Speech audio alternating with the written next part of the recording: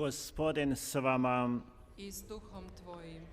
Čitanje Svetog Evanđelja po Ivanu. Slava tebi, Gospodine. U ono vrijeme reče Isus: Ja sam pastir dobri. Pastir dobri život svoj polaže za ovce. Najamnik koji nije pastir, kome ovce nisu vlastite, kad vidi vuka gdje dolazi, ostavlja ovce i bježi, a vuk ih grabi i razgoni. Najamnik je i nije mu do ovaca. Ja sam pastir dobri i poznajem svoje i mene poznaju moje, kao što mene poznaje Otac i ja poznajem Oca i život svoj polažem za ovce. Imam i drugih ovaca koje nisu iz ovoga ovčinjaka. I njih treba da dovedem i glas će moj čuti i postaće jedno stado, jedan pastir. Riječ Gospodnja. Slava tebi, Kriste.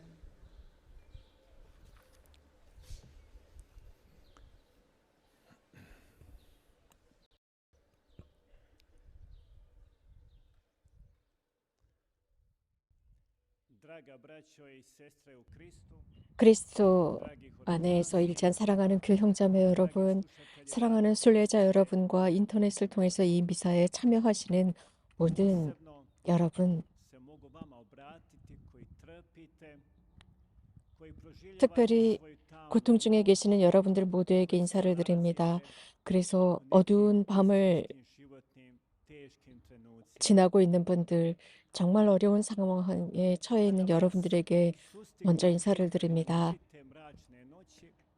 우리들의 인생에서 암흑이 다가왔을 때, 고독하게 혼자 있을 때, 두려움에 떨고 있을 때, 불확실성 속에 빠져 있을 때,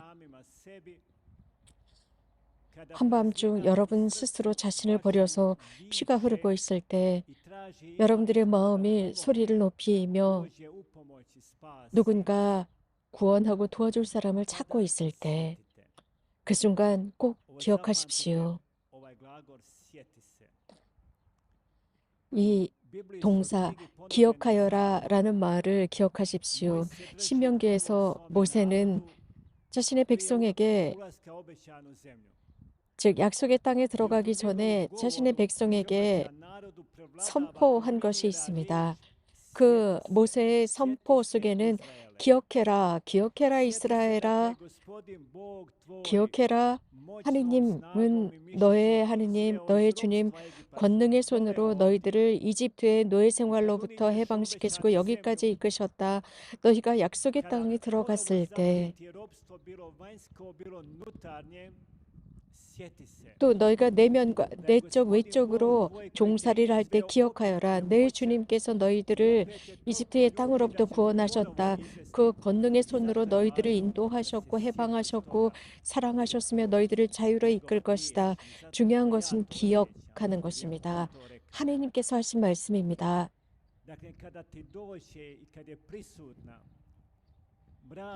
어두운 암흑이 다가왔을 때 여러분 기억하십시오. 누군가 여러분들의 이름을 알고 있고 누군가 여러분의 생년 원리를 알고 계신 분이 있으며 여러분의 죽음을 알고 계신 분이 계시고 누군가 그 암흑의 밤과 고통이 왜 시작이 되었는지, 언제 시작되었는지 누군가가 알고 있습니다. 여러분의 고통의 그 깊은 깊이를 알고 있고 그 암흑의 밤을 알고 계십니다. 그분이야말로 겟세마니의 암흑의 밤을 지내셨기 때문입니다. 그분만이 여러분들의 착한 목자이십니다. 동시에 그분은 죄 없는 어린 양이 되셨습니다. 그래서 여러분들의 삶의 그 단편을 수집하셔서 여러분의 상처받은 마음을 회복시킬 수 있습니다. 그분만이 하실 수 있습니다. 그러니 기억하십시오. 여러분들이 지금 고통 중에 있다면, 어두운 암흑의 밤을 지새고 있다면 기억하십시오. 여러분들이 그 깊이 속에서 착한 목자를 아시게 될 것입니다. 누군가는 다른 사람들이 그분에 관해서 말을 하기도 하고 누군가는 다른 사람들의 말을 바탕으로 주님을 아는 것과 또 내가 직접 개인적으로 그분을 체험하는 것은 큰 차이가 있습니다. 내가 직접 그분을 체험했을 때 그 어떤 누구도 나를 막지 못하게 될 것입니다. 그 어떤 누구도 우리 안에 그분을 개별적으로 만나고 싶다는 열망을 꺼버릴 수 없을 것입니다. 고통 중에 있을 때 더욱 그렇습니다. 고대 은수자들은 이런 말을 했습니다. 여러분의 기도가 하나님께서 들어주시지 않으셨다면 여러분들의 기도는 더 절망해야 하고 더 깊은 고통을 느껴야 한다라고 했습니다. 그 속에서 개별적으로 개인적으로 착한 목자를 발견하고 알 수 있다는 이야기를 합니다. 그런 스토리가 있습니다. 어떤 배우가 친구들과 저녁 식사 중이었습니다. 이 식사 중에 그 배우에게 무엇인가를 한번 암송해 보라고 했습니다. 유명한 배우였습니다. 세계적으로 유명한 연극 배우였습니다. 그래서 그에게 어떤 대사를 외워보라고 했습니다. 그러자 그 배우는 즉시 오케이, 좋습니다. 당장 하지요 라고 했습니다. 하지만 여러분들 혹시 제가 어떤 것을 암송하기를 바랍니까? 라고 하자 모두가 침묵했습니다. 그러자 맨 끝자리에 앉아 있었던 노인이 일어나서 시편 23편을 암송하실 수 있나요? 주님은 나의 목자, 아무것도 부족할 것이 없다라는 그 시편을 암송할 수 있나요? 라고 했습니다. 그러자 그 연극 배우는 기꺼이 해드리죠. 그러면서 저는 그 23편을 기억하고 있습니다. 하지만 조건이 있습니다. 제가 시편 23편의 암송을 끝냈을 때 그러면 노인장께서 앞으로 나오셔서 이 시편을 암송하실 수 있겠습니까? 라고 하자 그 상황 속에서 이것을 거부할 수가 없었습니다. 공개적으로 대중 앞에서 암송한 적이 없었기 때문입니다. 그 연극 배우는 23편을 굉장히 훌륭하게 너무 멋지게 암송했습니다. 그리고 모두 끝나자마자 사람들은 벌떡 일어나서 기쁘게 박수를 쳤습니다. 환호했습니다. 정말 놀랍게 암송했습니다. 그리고 그 노인에게 자, 이제 노인장 당신 차례입니다. 라고 했습니다. 그러자 그 노인은 천천히 앞으로 나와서 조용한 목소리로 저음으로 기침을 한 뒤에 저음으로 천천히 정말 천천히 시편 23편을 암송하기 시작했습니다. 그 액센트는 그리 좋은 액센트는 아니었습니다. 다 끝냈을 때 아무도 박수를 치지 않았습니다. 그러나 많은 사람들의 얼굴에는 눈물이 흐르고 있었습니다. 너무나도 감동적이었습니다. 그 연극 배우도 그 모습을 보고 일어나서 이렇게 말했다고 합니다. 여러분, 저는 착한 목자 시편 23편을 암기하고 있습니다. 그러나 이 노인분께서는 정말 착한 목자가 누구이신지 알고 있는 분입니다. 그분은 여러분들의 청각을 건드렸지만 이분의 암송은 저의 마음을 건드렸습니다. 그것은 착한 목자만이 이렇게 하실 수 있습니다. 라고 했답니다. 우리가 개별적으로 개인적으로 착한 목자를 알아야 할 때입니다. 그분을 개인적으로 알지 못한다면 우리들의 기도는 절대로 그분을 움직이지 못할 것입니다. 성경을 읽으면서 우리가 이해할 수 있는 것은 착한 목자는 우리 착한 목자는 어린 양이시라는 것을 발견합니다. 어린 양은 바로 우리들의 착한 목자이십니다. 우리는 성경 전체에서 처음부터 끝까지 이 모습을 읽을 수 있습니다. 아브라함, 이사야, 세례자 요한, 공관 복음사가들, 성경의 마지막인 요한 묵시록까지 전체적으로 어린 양이 드러납니다. 묵시록 7장에서 하느님의 어린 양을 읽을 수 있습니다. 그분은 왕좌에 앉아 계십니다. 그들의 목자입니다. 그분의 그 목자는 다름 아닌 어린 양으로서 생명의 물을 주시는 분입니다.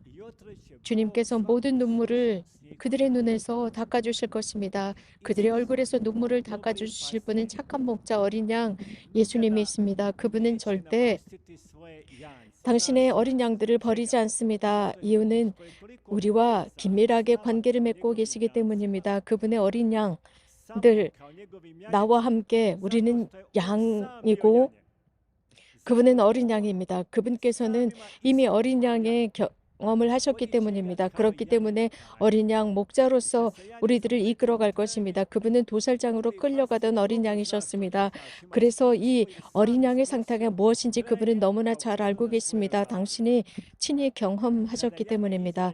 어린 양이 상처받았을 때, 아플 때 그분은 알고 있습니다. 어디에 상처를 받았는지 아십니다. 못에 박히셨고 창에 찔리셨습니다. 어린 양이 혼자일 때, 고통스러워할 때, 고독에 빠졌을 때 그게 어떤 삶을 살아가고 있는지 아십니다. 그분은 당신의 백성 사이에 오셨지만 아무도 그분을 환영하지 않았습니다. 십자가에서 아버지 왜 저를 버리셨습니까? 라고 말씀하셨습니다. 어린 양의 경험입니다. 그렇기 때문에 착한 목자는 어린 양의 삶을 경험하신 분이시기 때문에 당신의 양떼나 어린 양들을 버리지 않으십니다. 당신 제자들을 보내셔서 말씀을 선포하라고 하셨을 때 나는 너희들을 늑대 가운데 어린 양들처럼 보낸다라고 하셨습니다. 너희들을 늑대들 사이에 늑대들로 보낸다라고 하지 않으셨습니다. 만약에 이렇게 말씀하셨었다면 이 두 개의 늑대 그룹 사이에 대단한 싸움이 일어났을 것입니다. 예수님은 그렇게 하지 않으셨습니다. 늑대보다 훨씬 더 강한 게 어린 양입니다. 우리는 세상의 눈으로 바라보면서 불가능한 것처럼 느낍니다. 늑대는 어린 양보다 1000배는 힘이 셀 것입니다. 그것뿐만이 아닙니다. 이런 어린 양과 늑대 싸움에서 어린 양은 절대로 대항하지 못할 것입니다.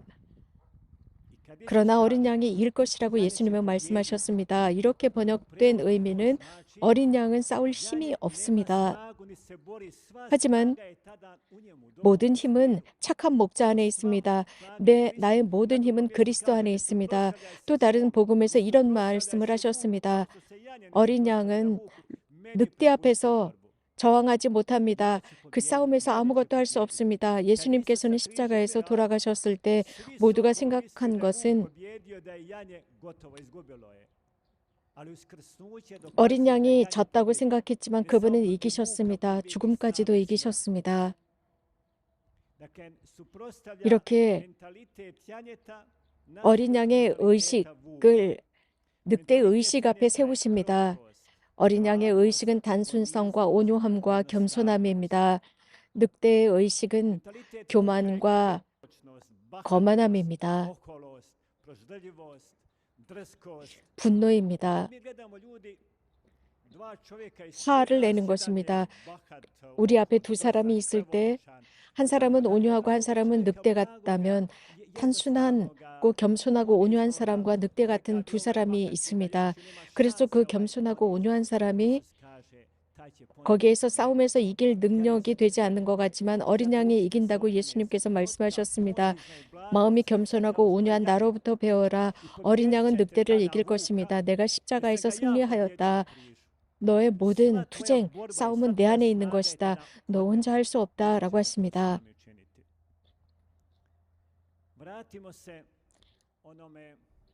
시편 23편으로 돌아가 봅시다. 주님은 나의 목자, 부족할 것 없어라. 이 구절은 진솔한 말씀입니다. 이 자리에 지금 미사 중에 있는 여러분 모두는 마음으로 이렇게 말씀드려 보십시오. 주님은 나의 목자라고 해보십시오. 그리고 나는 아무것도 부족할 것이 없습니다. 라고 고백해 보십시오. 만약에 누군가 아무것도 부족할 것이 없다고 생각하는 분 손들어 보십시오라고 하면 다 손을 들 것입니다. 부족한 것이 많습니다.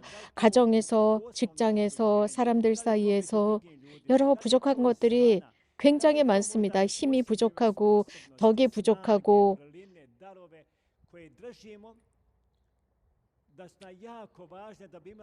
정말 중요한 것은 무엇인가가 부족한 상태입니다. 이런 상황 속에서 참 삶은 어디에 있을까요? 다른 곳에 있습니다. 내가 살고 있는 이 삶은 많은 것이 부족합니다. 내가 참 삶을 얻기 위해서 이 부족함을 견뎌야 합니다. 주님은 착한 목자다라고 하는 것을 믿지 않는다면 나는 계속 부족함만을 느끼면서 살아갑니다. 그래서 삶은 나에게 굉장히 많은 것이 부족하다고 계속 이야기할 것이고 절망감 속에 살 것입니다. 이게 무슨 뜻일까요? 우리들 주변을 바꿀 수 있다는 뜻입니다. 우리들의 조건을 삶의 조건을 바꿀 수 있다는 것입니다. 가정 안에서의 특정한 관계들도 개선할 수 있다는 뜻입니다. 많은 사람이 지금 우리 가운데 있습니다. 함께 있을 때 우리는 훨씬 더 나을 것이고 마음을 바꾸는데 더 쉬울 것이며 우리 자신을 보고 눈물을 흘리지 않을 것입니다. 희망이 부족하지 않을 것입니다. 희망은 매우 중요합니다. 성경은 이렇게 말합니다. 마음이 깨끗한 사람들은 행복하다. 그들은 하느님을 볼 것이다. 마음이 깨끗한 사람은 하느님을 볼 것이고 모든 삶의 순간에서 하느님의 현존을 느낄 것이다. 마음은 신앙으로 정화하고 희망으로 정화됩니다. 하느님을 향한 완전한 신뢰로 정화됩니다. 마음이 정화된 사람들, 정결한 마음을 지닌 사람들, 그들은 봅니다.